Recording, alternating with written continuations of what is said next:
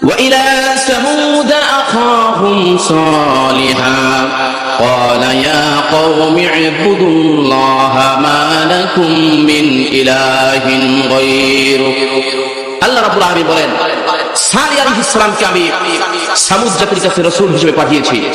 আর সে তার জাতিকে ডেকে বলছে হে আমার জাতি হে আমার সম্প্রদায় এক আল্লাহর ইবাদত করো তিনি ছাড়া কোনো ইলাহ নাই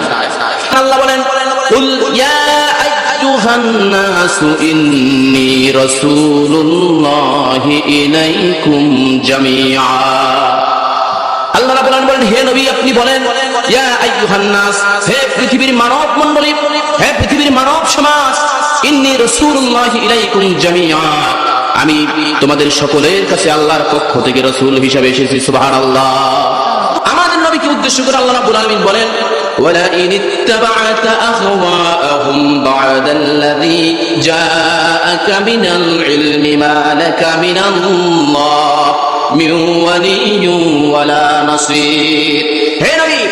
তোমার কাছে আমার পক্ষ থেকে ইলম জ্ঞান আসার পরেও ওহী জ্ঞান আসার পরেও তুমি যদি তাদের মন মস্তিষ্কের অনুসরণ করো আল্লাহর পক্ষ থেকে তোমার জন্য কোনো সাহায্যকারী কোনো বন্ধু তুমি খুঁজে পাবে না সুবহানাল্লাহ